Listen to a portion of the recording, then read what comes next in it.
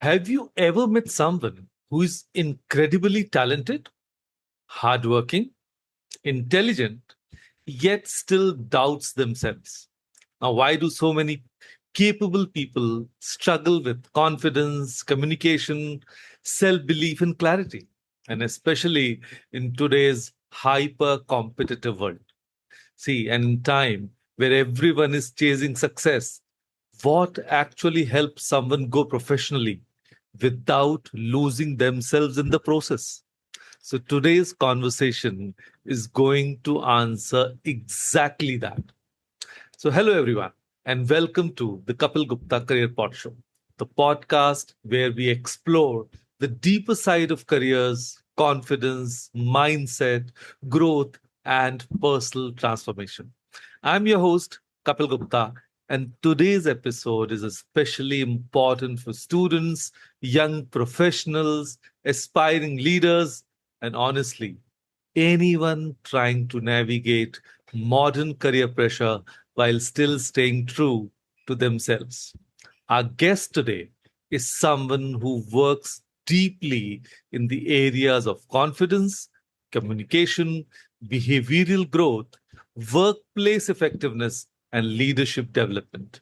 She's the founder of Vision Voyage, a corporate trainer, confidence and career coach, and someone who has impacted more than 5,000 lives through her workshops, mentoring, and transformational sessions.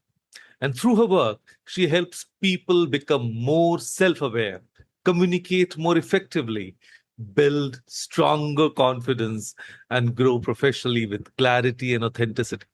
And what I personally love about her approach is that she doesn't just talk about external success, she talks about the internal foundations behind success.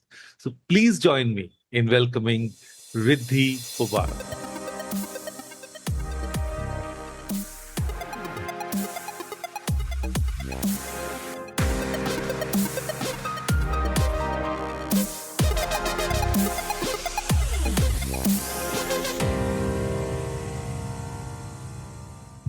Welcome, Hi, Riddhi. thank So you. Thank you, glad to see Kapil. you on the show. Really glad to be here. Yeah. Thank you. Thank you. The pleasure is all mine. It's really wonderful to you agree to have be part of my pod show. So thank you. Thank you for coming. And I'm sure the curiosity or the excitement I'm feeling later on that will be shifted to my audience also. Yes, absolutely. So And thank you so much for a lovely welcome and introduction. Really, please. you Thank you. deserve it. I've Yeah. seen your work so much. So it's really wonderful to have you here. Thank you. So Yeah. before wasting any more time because I know you are a busy person, so let's begin with your own story first, right? So how about that? Lovely. Sure. Let's get into it. Okay, so Yeah. mhm, Please go on. okay, so see what I read about you, and you have had multiple pivots on your own journey before building Vision Voyage. So I would love to know that what experiences shaped you personally and what made you choose confidence, communication, personal leadership as your life's work. That's a great question. And I just feel like pivots, if you go out and look online, pivots are really glamorized. But nobody really sees the kind of discomfort that one feels when they are pivoting. So there were multiple points in my life when I felt like, oh, this is not working. Let me just move to the next. Like, so for example, I went to the UK to pursue my master's in entrepreneurship. When I was at UCL, I was building something in the education space because I knew that I always was very attracted to the education space and I wanted to build something there. So when I was there, a lot of people started reaching out to me on my LinkedIn and they said, how did you get into a university like UCL? And I had gotten into a couple of such universities, like top universities there. And then naturally, I started helping them with that process. And I started doing that professionally when I was there, like I was still living in the UK. So it all started as an education consultancy. But when I moved to India after my time there, I realized that there's a bigger gap in the market. Everyone's doing education consulting, but what after they graduate? No one's helping them out with jobs. People are really struggling to get jobs. So then I pivoted to career coaching, where I was helping people with their resumes, interview prep, anything that can get them a better job opportunity. But as a coach, my job is to reflect and to sort of, always run towards alignment. So I wasn't feeling very fulfilled in that particular role where everything was going right. People were getting jobs, and on paper, it looked amazing. My business was doing well, but I wasn't feeling accomplished at the end of the day, or I didn't feel like I created an impact. So naturally for me, the biggest thing that I worked on for the whole life, like since I was a child, was confidence. Because growing up, I did not have a mentor. My parents were not too involved in my life or my work. So I had to figure things out myself. And every time I figured it out, I saw a very different reality. I saw opportunities just, come to me like I was a scared little kid. But when I grew, when I put myself into a lot of discomforting situations, I grew so much. The kind of opportunities that came to me, it was crazy. And I wanted people to experience that. So, yeah, that's when I decided to move into confidence coaching. And a lot of leaders, especially in corporate environments, really, struggle with confidence issues, communication issues. And this just felt like the perfect alignment point for me. So, this is how I have personally dealt with pivots in my life. Yeah. So true, Riddhi, and I really resonate with this because, I am myself in the career coaching for past 15 years. And, there is a difference between literacy and education. But most of the Yeah. times we are running after literacy only. But what you are doing right now is actually you are educating the people because only through education we can make maximum out of our literacy. Right. 100%. So 100%. that is definitely a really well thought of career. And I could sense that you are a person who keeps on raising her own bar, right? And That's that's a beautiful thing about you. So lovely. And even I have personally observed is that today's generation is like more connected than ever digitally, right? 100%. And Yes. but emotionally and professionally, many people still feel deeply lost. So, which brings me to this that you work with ambitious students, professionals, leaders across different stages of their careers. Am I right when Yes, I say you're right. that? Yes. Okay. So, what do you think people are struggling with the most professionally right now, beyond just Hmm. finding a job? Hmm. Hmm.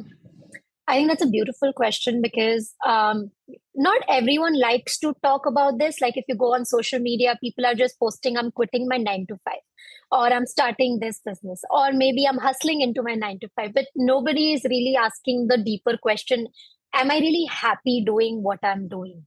Mm, And a lot of people who come to me, they say that I'm stuck, but they don't know why they are stuck because the sad part is everything is looking rosy, everything is looking great on paper, like they are a high achiever, right? A high achiever meaning you're scoring like 100 marks. So then when your external proof looks so good, how can you really look inside and say, oh, something is wrong? So I think that is something that deep down all these individuals know that there is something lacking, there's something missing, but nobody really has the patience, or nobody really has that kind of awareness to sit with themselves and really listen to their gut feeling, because we all have that gut feeling, like when I mm, knew that career coaching is not the only thing, there's more to it. So we all have that feeling that there's more to it, but we really need to hear that feeling, sit with ourselves and take action towards it. So if we feel like, okay, I'm not happy in this job, okay, then what are my options? What can I do other than this job? If I were to quit tomorrow, then what is it? So I'm not asking people to quit, but while they are in it, it's just about reflection. So the beautiful part is you can be in that situation, you can have your safety net, but you can also plan for a better life while being there. So Right. I just feel like there's a lack of self-trust that I've observed in most of these people that when you lack self-trust, what happens is you don't take action because Mm. you don't trust yourself enough to get through the situation if you were to fail. And that self Mhm. trust only builds when you take action. So it's like a loop, it's like a never ending loop that people get into. But that self trust only builds when you take action like 100 times, it compounds, and then you tell yourself, your mind is just like, oh wow, you did it then, I can do it again. So that is the self trust and the action part that will bridge the gap for a lot of people. But it's just about having that awareness and going through that reflection journey that they will understand the gaps that lie there. I fully agree with that point, Riddhi. And if I want to add to this, what you have said, see, now building self-trust, now that is also a process. There was a time, like 20 years back, 30 years back, people used to say, okay, we have completed our graduation or we have completed our masters, our studies are over. But nowadays, it's not the same. You have to be upgrading yourself all the time. 100%. And only those people who upgrade themselves, I believe they can build their self trust because they know they are still relevant in the industry, isn't it? So, you know, 100%. That's true. so Yes. now, because this is what you have just mentioned, it's really interesting for everyone to understand that if you have any mid career crisis, maybe you are not upgrading yourself, right? So you are just Absolutely. stuck there. So, but internally, because sometimes we do feel some people are really successful, but as you said, internally they might be doubting themselves, right? Yes. So Yes. you have worked with many high achievers over the years. So Hmm. what patterns do you repeatedly notice in people who appear successful externally but internally struggle with confidence? This is such a common thing that I notice in most people, be it a junior manager, be it a senior manager, be it a CXO. This is something that I've always observed, and that is misalignment. And when I say, like, it might sound like a very big word, but when you break it down, it just means that people are so disconnected from their own values, their own strengths, their own definition of success, that they're always looking at other people. They're always seeing, okay, what is working, what is trending, what is success for others, and then they are following that path. Instead of having their own definition of success. And usually, when people are disconnected from their values, what happens is, you feel very uncomfortable because you are in a self conflict, because you are Hmm. a certain kind of person, but you are put in a different environment that doesn't resonate with the person you are. You are naturally going to feel uncomfortable. So, like, the biggest example could be, let's say, if someone's values, top three values are freedom, chaos, or someone who really loves building things. And if you put them in a corporate environment, how will they survive? They will be in a conflict, like a self conflict every single day. So at times, it's not that you are underperforming or you're not good enough. At times, it just means like probably you're not very aligned with your values. You're not in the best of environments that you need to be. Now, put the same person in a startup environment, they will thrive, because of their natural instinct to build, take ownership of things. So, yeah, I think it's a lot about, again, sitting and doing that internal work. What is my personality type? There's the 16 personalities test that people can take to understand what kind of a personality do I have in my workplace and my life.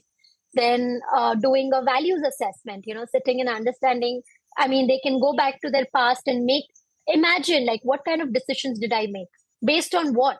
Now again, a lot of people also feel stuck because they're like, we can't make decisions. How can you make decisions when your values are down?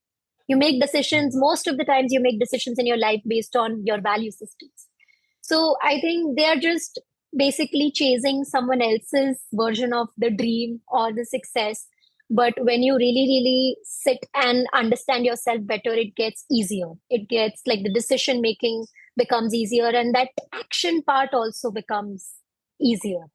Yeah. And honestly, the good news is that once you like start doing this reflection, some journaling in the right direction, asking the right questions to yourself, that stuck feeling starts to dissolve. Like it starts to go away. So there is a solution, It's not that this is the dead end, is what I personally feel.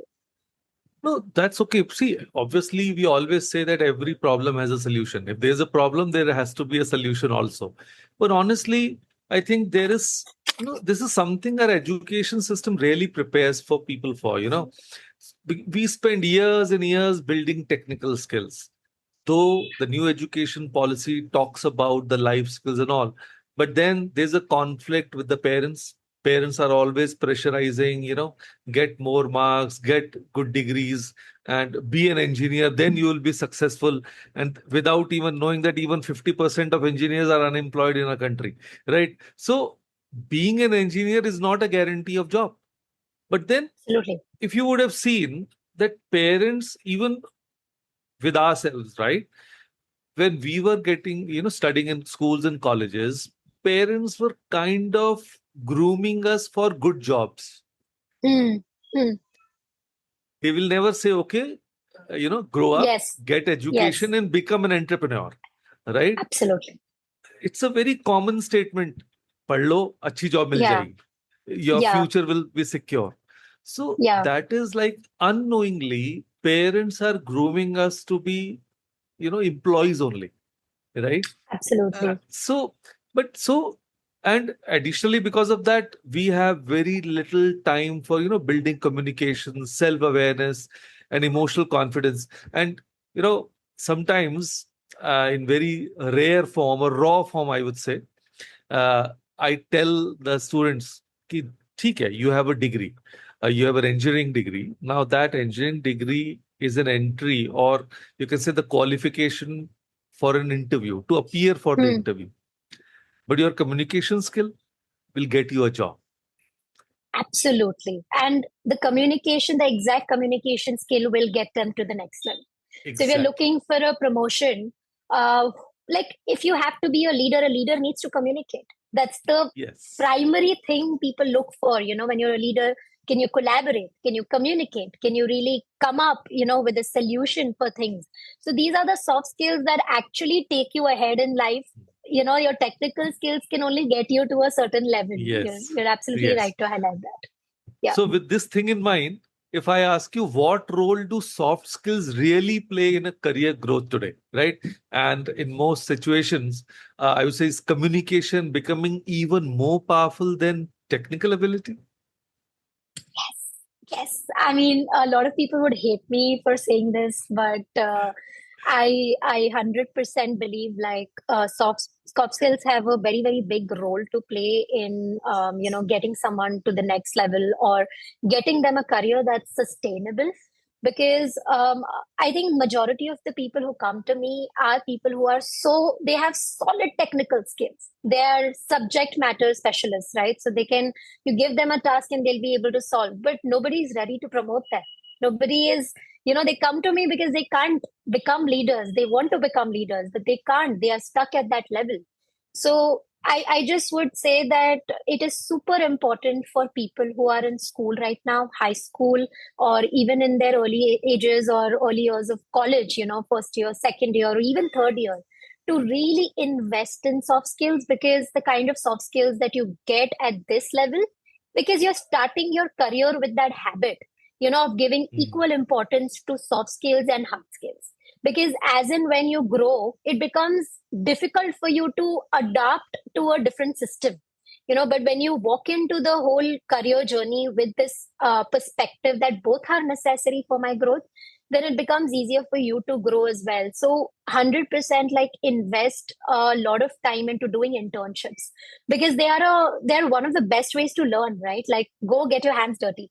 It's not just, obviously you should do some courses, but at the same time for students especially, they should focus on getting a lot of practical exposure before they go for their masters or their further education, because this really really makes sure that whatever they are learning, even on those stages, it becomes more relevant, it becomes more Right. application based rather than Mm. just theoretical. So 100% I completely agree with you that soft skills has a very very big role. And soft skills like problem solving, specifically like communication, as you highlighted, problem solving, decision making, I don't just train individuals, I also train corporates. So the biggest problem that founders come to me with is just train my team to be better decision makers. Train my team to, be more ownership driven, to be more collaborative. And these are the skills that no university teaches you. But it's something that as Yes. an individual, you have to take the lead and you have to go out there and learn these skills because they are very much appreciated, be it the corporate world, be it the startup world, whichever world they want to Mm. be a part of. Right, right. And see, for being better decision makers, we must have clarity of thought. Until and unless you have that, you cannot decide properly. And talking about communication, I would say it's so important, not only professionally, though both of us are in the career space, but we know that even personal life will be better if we have good communication skills, right? 100%. And then we all know that being a topper is not a guarantee for success, right? Many a times backbenchers are able to be better successfully in careers because they've done all that problem solving from the Yes, school days because they were always in a fix, or they were working on that. But yes, that's such an important point that you have mentioned. And I think one word that constantly comes up in career conversations today is mm, confidence, right? And everyone wants it, right? But very few people actually understand it. And you often say that confidence is a right. skill, not a personality trait. So, what do It most is. people Yeah. completely misunderstand about confidence? Please throw some light on that. I love the question. I absolutely feel like so many people need to understand how does confidence really work? Because while we all want it, we might not really understand the mechanics behind it. It's all science. It's all science. It's all connected. So the first of all, the phrase "fake it till you make it" does not work. It does not work in today's world, and I absolutely hate that particular phrase because it teaches people to perform. It just teaches people to perform in a specific scenario, like fake it, and you'll make it to the presentation, to the next level. But how long will you keep faking it for? Like you're gonna get exhausted at some point. You're going to give up because that's not who you are. That's not who you really are from within. So I think a better way to build confidence is to change your identity, to become someone who's automatically confident, to become a person who does not have to fake it, but is confident. So Hmm. I just feel like this is one thing. And second is a lot of people, you might have heard people say that I will go on that stage and speak when I get more confidence. I will do Hmm. that presentation when I become more confident. But that is such a wrong view to have because it works the other way around. The more you do it, the more confident you become. So confidence doesn't come after, like, you don't take action after being confident. Confidence comes after taking action. So it's Yes. it's Yes. actually a byproduct of taking action. So all those small action points, the small moments that you're taking, even the discomforting ones, they're compounded. It's compound interest. So every action you take today, no matter how difficult it is, it's going to compound, and it gets to a level where automatically you do it 4 times, 5 times. The sixth time you're going to be more confident. The seventh time it's just going to be like, oh wow, I'm a natural at it. So it's a process, and I just feel like people need to stay with this process. So to build confidence, or to build any confidence, is like a muscle. How you go to the gym every day, so the muscle doesn't grow in like one day or 2 days. It takes consistency to build that muscle, right? So you go to the gym every day for, like, say you go consistently for 3 to 4 months, and you'll start seeing the results. So same as with confidence. The more you practice, the more you put yourself out in those situations. Let's say be it stage fright. If you just go and speak, just register yourself for public speaking events, and you do 5 such events, and the sixth time you will naturally be more confident. So yeah, Right. I think it's all about being at it, being more consistent, and taking action is what is going to help you become more confident at the end of the day. Right. So I would say that what you have just mentioned, the Yeah, most important word in our life actually should be action. Because absolutely. Yes. right? So if we are Yeah. taking action, everything will automatically fall in place, right? Yes. Yes. And And I if would I say can this, just, yeah, sorry, yeah, if I can please. just add to it, I just feel like that uncomfortable feeling is not a bad thing. It's a good Hmm, thing because it's a sign or it's a proof that you're outgrowing your current identity and you're right. stepping into a new one with a new potential. That's something that you're not probably ready for, and that's why you're doing it so that you can get there. So if you feel uncomfortable, then you should congratulate yourself, or you should be happy and deal it with Yes. pride that I'm probably growing, and not staying Yes, at the exactly. same You are growing. stage. Yes. Yes. Yes. Yes. So well said. Yes. Yes. And this becomes, very visible, especially in workplaces, where we could say highly intelligent people sometimes struggle to express themselves clearly, isn't it? And you Yes. must have seen incredibly smart people struggle to communicate confidently in meetings or leadership situations. So if I ask you, what's usually happening psychologically in those moments? I'll, yeah, yeah. I think such an interesting question because it's I've done a little bit of my research in neuroscience, And just I and want to stop yeah, you. I want to stop you. yeah, yeah, yeah, Sorry, but yeah. why I ask this, because see, for my audience also, Yes. they might feel that those people who are every day on the stage, they might be super confident, and Right. we are new, so Yes. they Yes. should understand a certain kind of Yes. Absolutely. anxiety even in those people. So with Yes. that thought in mind, I've asked you this. Yeah, please. No, thank you so much for clarifying. That makes it a lot more clear. So, I just feel like, first, according to neuroscience, your brain listens to what your belief systems are. So, if you're constantly believing that I'm not the kind of person who could go on the stage and speak, or I'm not the kind of person who could present, your brain is just going to give you evidence that you can't do it. So whatever it's like AI. Whatever you feed into it, it's gonna give you that output. But if you keep telling, even if you're not good enough, but if you keep telling your brain, I'm probably the kind of person who can do this well, who can speak really well. I don't know how, but I just know I'm gonna do it well. And they perform so well. And if you see the stats, usually, it's used in sports science.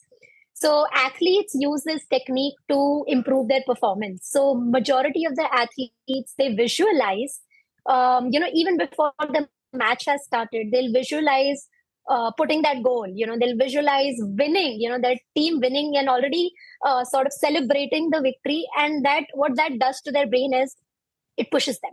So when they're actually in the field, it pushes them to perform better because you have already convinced your brain that I'm good and we have won. So how give me evidence that we can win?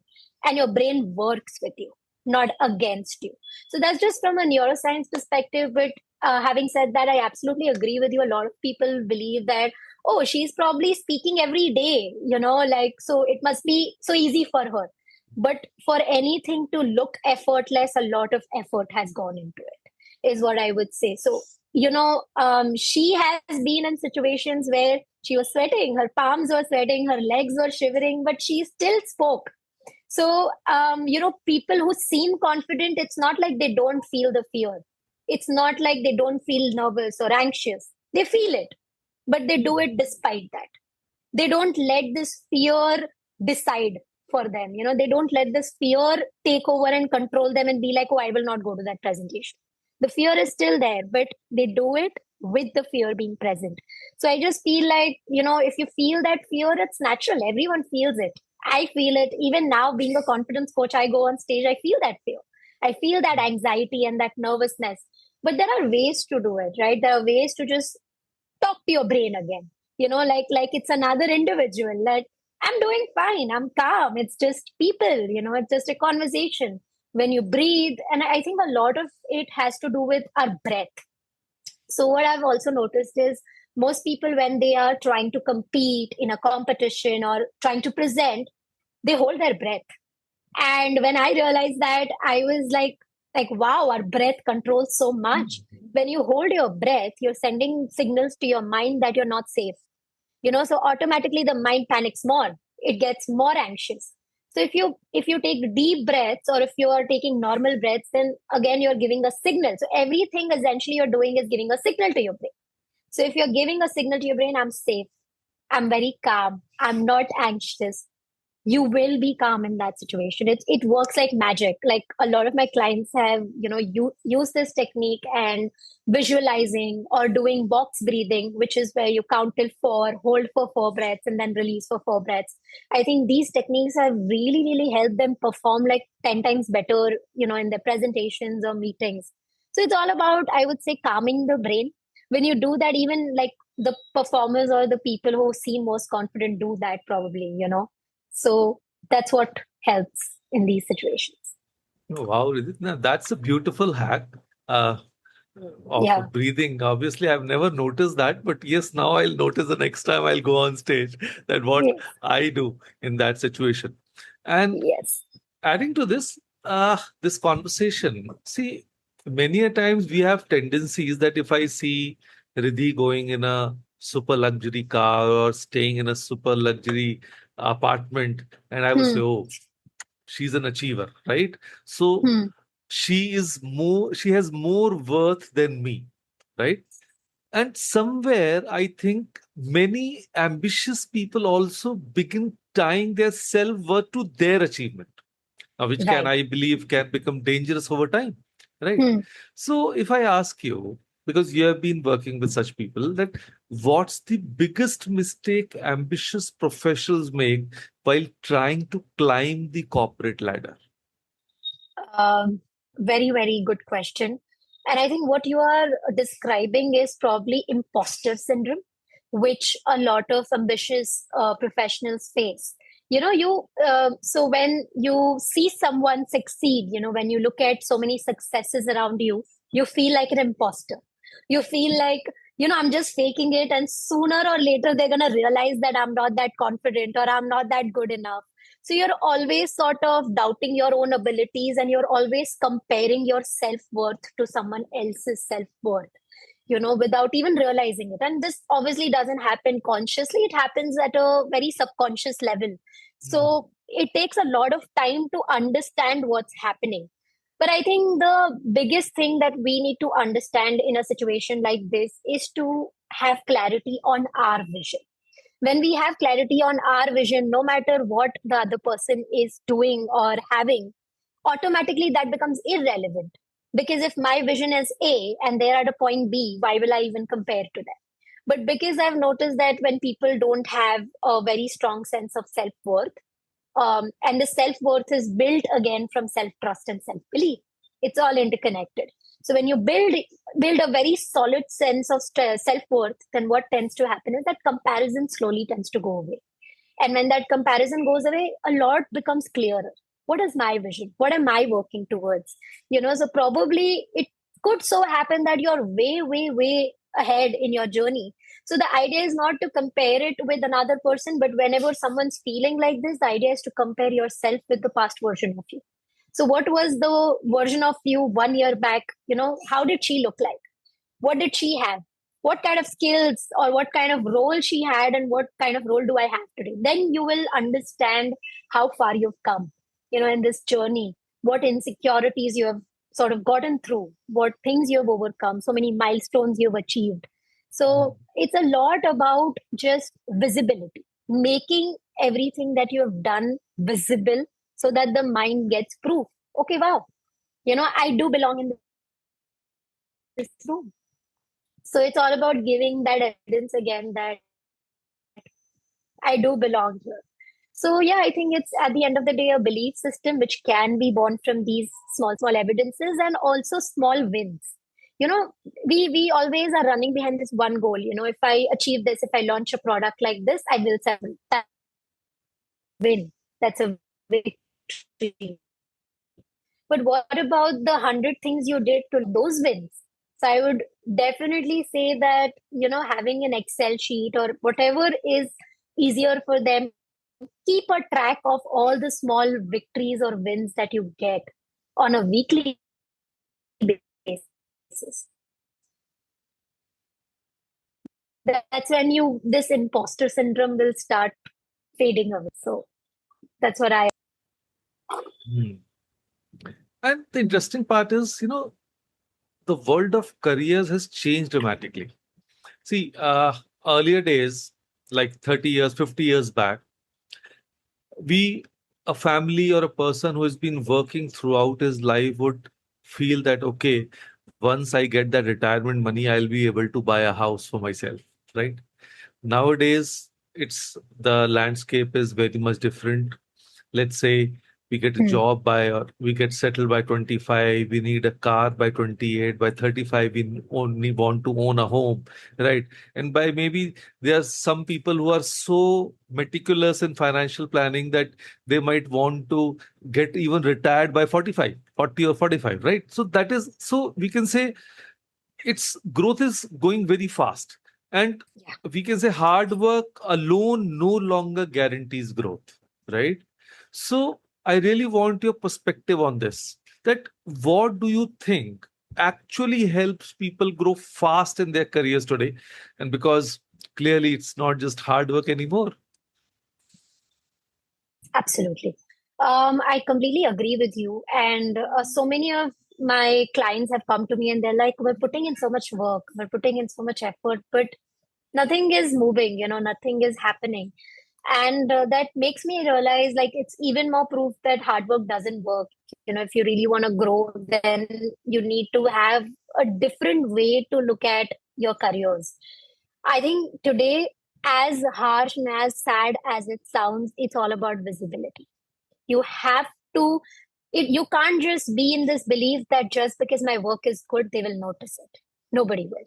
So unless and until you put yourself out there, unless and until you make it visible to others. So I think this is one thing that I would absolutely ask people to do is, as I mentioned in my previous answer as well, like keeping a track of your wins. What this essentially does is acts as evidence of your contributions, the contributions that you have made as an individual. Speaking up in that meeting, no matter how difficult or how challenging it might sound. And also, this is a very small hack, but when you are contributing, when you are speaking, when you're communicating, rather than just giving a solution, give your process to them. Think out loud. When you share your process with someone, it automatically makes them trust you more, because even it's like in your math exam you're not always graded for the final answer. The final answer has only 1 point. What do you get points for? The points are for your process. How did you get to that final answer? So when you start implementing these things, your thought process, your work becomes more visible at work. And when this happens, when your leaders around you start seeing that, they naturally give you more responsibility.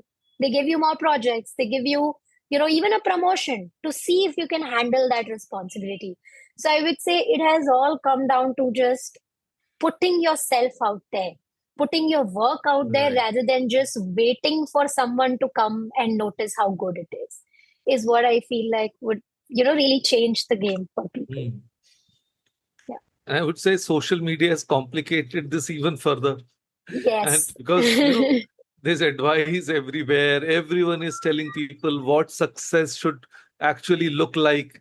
And many a times we are looking at success with all the material things in mind, right? So, what's one popular piece of career advice that sounds motivating online, but is Hmm. actually harmful in real life? I would have to say it's a very cliche phrase, but follow your passion. I mean, I know it sounds very inspiring. Like to me, it Yeah. was, when I was starting out my career. But for most people, it is paralyzing. Like, what is passion? It's such a vague word, like they don't have Exactly. this one single burning passion that they've been waiting to discover. Like, so, so when they can't find this, oh, this person has their passion. Maybe they have their life together.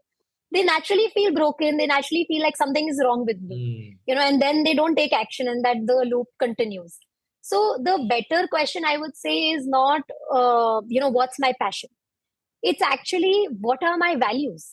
What am I genuinely good at? Because that's what is Yes. going to make you money. And where does the world need what I can build? So the problem. So a lot of people focus on the solution. What can I give? But the good question to ask, be it, an entrepreneur, it doesn't matter if you're an entrepreneur or a working professional. The value that you have to give remains the same. We all have a very unique value to contribute. So the question is, what problem am I passionate about solving? One person came to me and beautifully said that I don't like all the toothpaste that are available in the market. I want to bring a toothpaste that tastes good. Every morning I want to have a toothpaste. So he found such a very unique solution, like a unique problem, that he wanted to solve for. So focus on a problem statement, not giving a solution to the world. So that is what I would say, would really, really, I think passion will naturally follow. Once you start doing that, once you start asking these questions, passion will follow because passion naturally follows alignment. So when you're asking these three questions, you're running towards alignment, not like money or external things that will not sustain. So passion definitely can't be the starting point, but it is a byproduct. It is the reward to actually sitting and doing and getting that clarity to then, approaching your career. Especially for young professionals, who think they want to sort of lead with passion, but that can't be the starting point, sadly.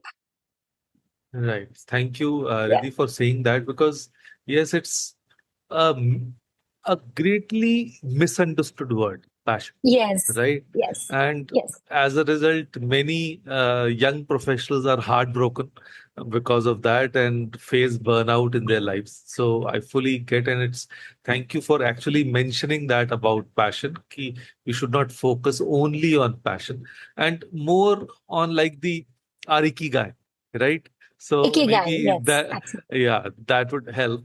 And today, I want to end with something deeply personal for our listeners, because I know there are many people listening right now who feel confused, stuck, underconfident, and constantly comparing themselves to others.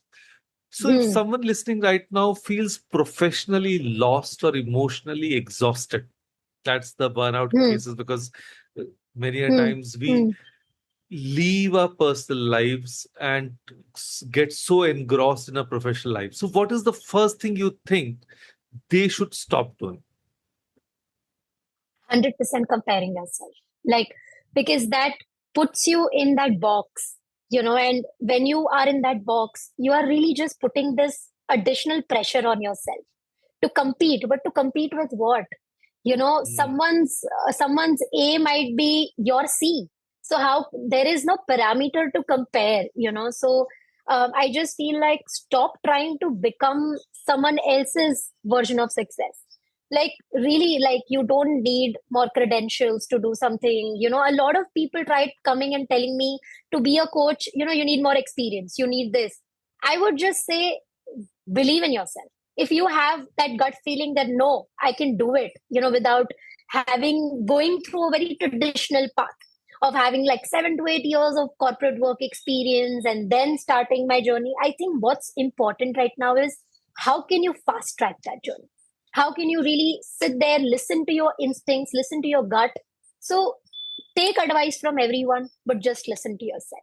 So, really, I would say that also makes you a bit more independent emotionally and in your thought process, because when you're constantly listening to people, you are listening to their version of what success might look like.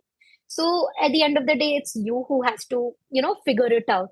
So, more than anything, I think the very first skill that you need to build is resilience. So, when you build resilience, no matter how many times you fail, the idea of failure will just become so normal to you. Like failing will just become like, oh, this is just another failure. Let's get up and let's build it again. So I think that's the attitude that everyone needs to have, that no matter what happens, I'm going to get up again and start again with the same energy.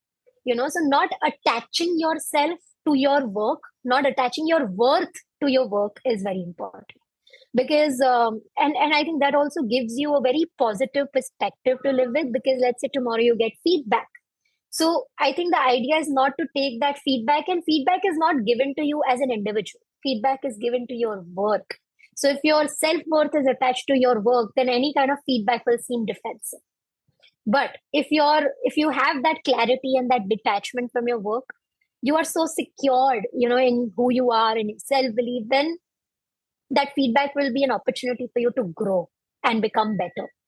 So I would just say that building a solid sense of self is super important and not attaching, because really career can't work in isolation. It's all interconnected. Mm. Our lives, our Right. relationships, our careers. So we have to look at it like that. And at the end of the day, you are a human being and you have to look at yourself more than just your careers or, what do you do for work. So it's about building that identity that is common everywhere, not just, having that work personality or work worth. That's what I Mm. mean. Uh, that's really interesting. And now, Riddhi, I want to really ask you because you have worked with so many people. Now, out of those many, I want you to pick one. I'm sure it will be difficult for you, but I want to understand about the state of mind when that person approached you for help, for guidance, and when you worked with that person, what transformed? What was an Hmm. achievement for him that the person came out of that struggle? Can you just, because I'm sure Hmm. our listeners, our viewers would definitely be interested the kind of work you are doing. So just one story Right. maybe. Yeah, of course. So, I think I have a lot of such stories. It's difficult to pick one person, but yeah. So I just feel like this one particular person came to me and they wanted to switch careers because they were feeling very disconnected, at work. They were not able to give their 100%. And like as a kid, they used to be like a topper, like the topper of the class, the high performer. And even in the early stages of their career, they were sort of a high performer. So they were not able to understand what's happening, right? In this particular situation, why am I not able to perform? Why am I not able to, I am this capable person? And that naturally they started doubting themselves a lot because in that environment, they were not able to perform. And all their life, they have performed so well. So what we did was we sort of sat, and the very first thing was like, forget about job switch, forget about this, the next steps, just sit and let's get some clarity on who you are. Let's understand yourself better because there seems to be a lot of disconnect even with the self. So when we understand her value systems, when we understand her ikigai, like when we sort of did the whole framework, and a lot of insight we got from that one session, and with those insights, when we actually made decisions based on those insights, turns out she was just made for a very different environment, and that Wow. environment was really, really suppressing her personality, suppressing who she was, who she stood for. So she was in a fight or flight mode. When you are in a survival mode, how can you focus on work? How can you perform better? Because you're constantly just surviving the environment. There's no focus on work happening. So naturally, obviously, she came with the right solution, but the solution was arrived with in a very reasoned way, in a very Mm. structured way. We came to the solution that okay, let's switch industries, let's switch jobs. And I think within, I would say, 4 to 5 months, she came to me and she was like, things are working. I Wow. feel like I'm actually growing here. I feel like I'm able to contribute freely here. So a lot of times it's not a confidence problem or a communication problem. I also realized with her that with this experience, a lot of times it's freedom of expression. When you don't feel like you can express yourself without being judged, then you will not express, then you'll not communicate. So it's not essentially a confidence issue, but it's an expression issue. And every individual needs to feel like free, needs to feel like they can express themselves. So I think that is something that I understood. And I think these are the kind of experiences that keep me going, even when I have my Right. breaking moments and I want to give up. So yeah, I think that's the Right. story. So I would say that, when the person came to you, she was looking for answers outside, but you made her look within, Yes, right? And understand yes, herself, and yes, then yes. you took it forward. And that's how she got the solution. So wonderfully amazing, I would say. And Riddhi, this has been such a thoughtful and meaningful conversation. And I genuinely believe today's discussion went far beyond careers, because what we really spoke about today was identity, self worth, confidence, clarity, and what it truly means to grow without losing yourself in the process. And I think one of the biggest lessons from today's episode is this: the success is not only about becoming more qualified, it's about becoming more self-aware. And that what you did with that person in the story. So more emotionally strong, more aligned, more authentic. And to everyone listening today, please remember, you do not need to become someone else to succeed. You simply need to understand yourself better, trust yourself more, and grow consistently into the person you are capable of becoming. So, Riddhi, thank you once again for sharing your wisdom, your experiences, your insights with us today. It was an absolute pleasure having you on the Kapil Gupta Career Pod Show. And to our listeners, if this episode added value to your life, make sure you share it with someone who truly needs to hear this conversation. And subscribe to the Kapil Gupta Career Pod Show for more deep conversations around careers, mindset, growth, confidence, and personal transformation. And if you want to connect with Riddhi, the link will be given in the description below. So look for the link and connect if you really need her guidance, and I'm sure it will be worth it. So until next time, keep learning, keep growing, and keep becoming the best version of yourself. Thank you. Thank you. Thank you very much for having me. Yeah.